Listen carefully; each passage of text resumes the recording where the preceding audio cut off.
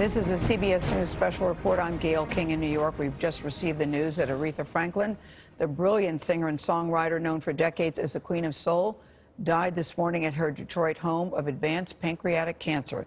That news coming to us from her publicist just minutes ago. She was 76 years old. She had overcome a series of health problems in recent years. Franklin's music and larger-than-life voice were certainly unmistakable. Many of her songs were anthems for women and people of color. As Vladimir Dudier reports, Franklin shaped American history along with American music.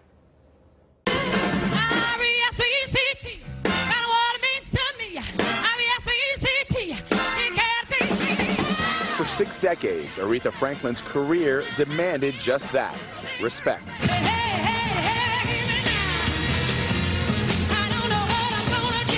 Her songs about womanhood, strength, and heartbreak have transcended generations. Baby, here I am, by the railroad tracks, waiting for my baby, it's coming home back. A child prodigy by many accounts, Franklin learned to play piano by ear. She grew up singing gospel at a Detroit church, where her famous preacher father was a minister.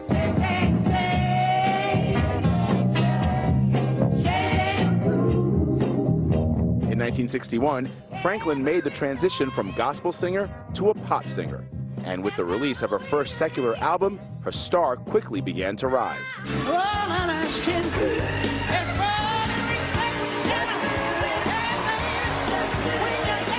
The Queen of Soul's career really took off in the late 1960s, when she released her rendition of the song, Respect. Her name is synonymous with respect.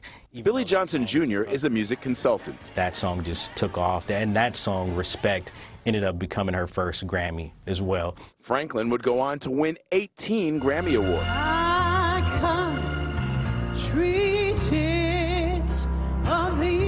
And perform at inaugural events for 3 presidents. But the road to get there was often rocky. Born in Memphis, Franklin was raised in Detroit by a single father. Her mother moved away when she was just 6 years old, and 4 years later, she died of a heart attack. Just shy of her 13th birthday, Franklin gave birth to her first child. Less than 2 years later, she gave birth to the second of 4 children. Life did not get easier for Franklin in adulthood. According to her biography, Franklin struggled with depression, alcoholism, and she had a weight problem. She was overwhelmed by fear and obsessed with control, the author wrote. Franklin would not step on an airplane or ride a bus through thunderstorms out of fear, and she worried the public would forget her. But her fans never did. In recent years, she sang for the Pope when he visited the U.S.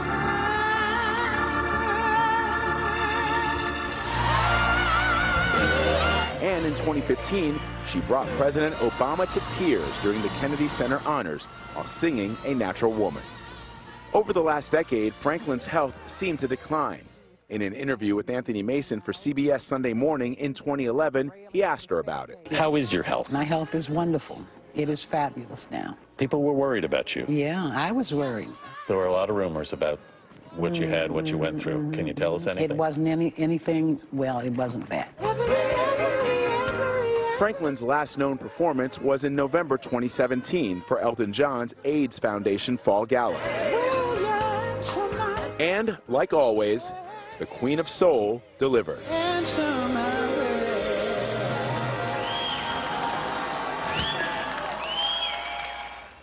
Franklin was the first woman to be inducted into the Rock and Roll Hall of Fame. She was also known as a first-rate songwriter. She lived most of her life in Detroit, where she died this morning. And it's so interesting, John, because, you know, we've been hearing from the beginning of the week that her family had gathered and friends had gathered, that she was gravely ill and that the end was near. But you kept thinking day after day that maybe, just maybe, because then you'd hear reports that she was alert and talking to people. Even when it's expected, it still is a very, still feels like a little punch. It does, especially somebody who's been so much a part of our culture, who is right around the corner, it seems, all the time. Her songs are in your head or you're hearing them. And the one that's in mine right now is she sang at Martin Luther King's memorial, "Precious Lord, Take My Hand." And somebody with that gospel background, that's what she's doing now. Mine Will Always Be Natural Woman. I always love that. And her last performance was at the Elton John Foundation dinner here in New York, and I was there for that performance. And when she walked out on the stage, people gasped because she had lost a lot of weight. She didn't look well at the time, and this was last November, but her voice was certainly still there. With us now on the telephone is journalist Alan Light, who has interviewed Aretha Franklin a number of times. Good morning to you, Alan. What are you thinking? Well, you know, it's hardly a surprise. We've obviously been waiting since we got word earlier this week, but it's still shocking when you hear the reality of losing a giant like this. Yeah. No, you interviewed her. What can you tell us about the time you spent with her? Because people would say she had a great sense of humor, but people could say she could be a little prickly.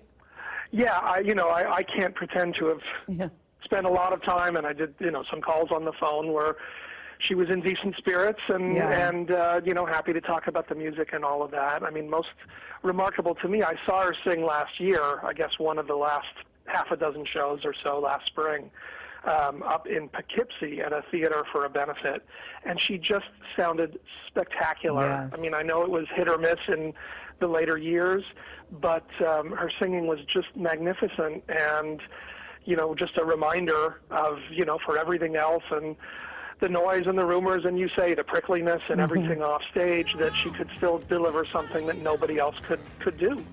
And what was that? I mean, Rolling Stone called her the greatest singer of all time. Yeah. That's not just somewhere on the list. That's at the very top. Yeah, it's interesting because I've been talking to people about that. Like, there are plenty of great singers, and what is it to have people say the greatest singer? This thing that we all pretty much all do, at one time or other, to be the greatest in the world at doing that thing. And I think one thing that's really easy to overlook, we think of great singers as having this like superpower. They just have that voice. It's just there. But she worked so hard. There was such musicality. Her piano playing, her arranging, the way that she approached a lyric. I worked with Mary J. Blige on that piece. She wrote the thing for Rolling Stone when she was named the greatest singer of all time. And Mary talked about single words that Aretha would sing, not just single songs, but the way that she could deliver one word that would change your whole understanding of that song and that emotion. I mean, it was really such an incredible power, above and beyond just the voice you happen to be born with. Yeah, and then talk about that one word, respect. That was 1967 when she won the first Grammy for Respect. That song still lives today and is still relevant today. What is it about that song that became a national anthem for so many different kinds of people, do you think?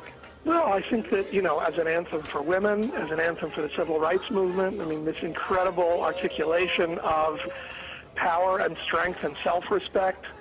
We forget Otis Redding wrote that song. She found, just an ask for respect from his woman. Yes. She turned it into respect from the world, for her being a woman. And when he sang it at the Monterey Pop Festival, Otis said, this girl took that song away from me. Yeah. That's hers, that's hers now. Yeah, she said that when she sang it, it was a demand for mutual respect in a relationship. Here, here, here. And the interplay with her backup singers, the sense of, common cause and togetherness in that. It wasn't just selfishness. It was about strength. It was about independence and about sharing that, and everybody looking for that.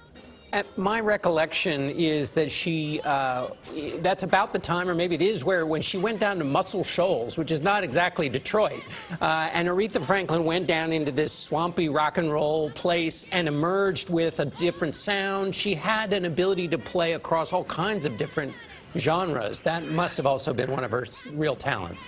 Well, and really, drawing from her gospel training, her gospel background, never letting that go no matter what kind of song she was singing. She had rock and roll and soul and pop and jazz singing in her, but that, the gospel at the heart of that was something that was so washed out of a lot of great singers, that they had to compromise that to become pop stars, and she compromised nothing. She got to the heart of what it was that she was raised in and made that this universal sound, and this sound that took over the pop charts on its own terms. All right. Thank you very much, Alan. Trey Johnson is joining us. He writes about music, race, politics, and culture for Rolling Stone. Trey, let's talk about Aretha Franklin's range. You know, she could do gospel, she could do pop, she could do rock and roll. Her range was amazing, even opera in some cases. Where do you think she got her confidence as a performer?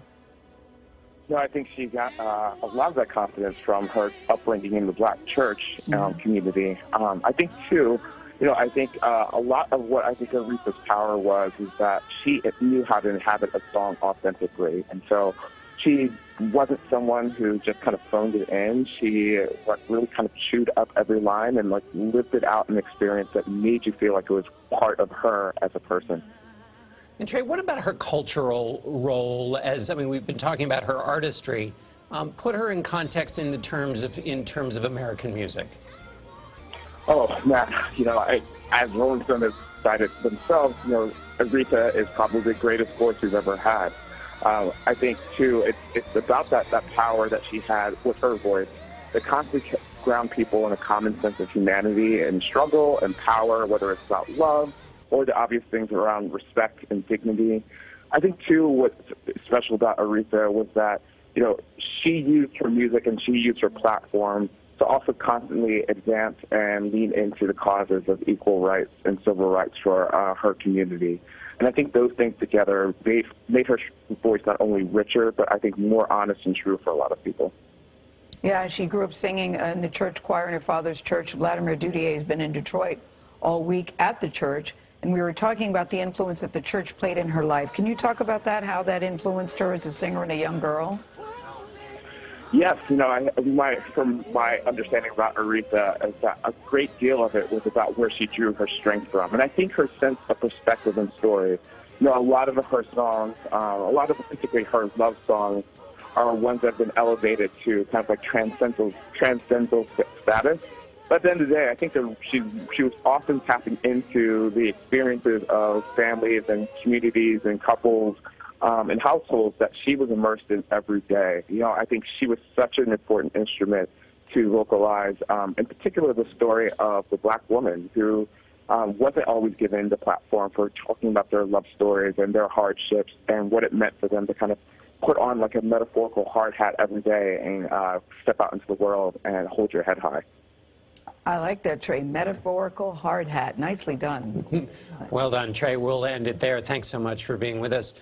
Coverage of the death of Aretha Franklin will continue on your local news on the CBS station and on our 24-hour streaming news service, CBSN. And we'll have a complete look back at her life tonight on the CBS Evening News with Jeff Glor. Now, many of you will return to the CBS This Morning on the West Coast. This has been a CBS News Special Report. I'm Gayle King with John Dickerson, CBS News, New York.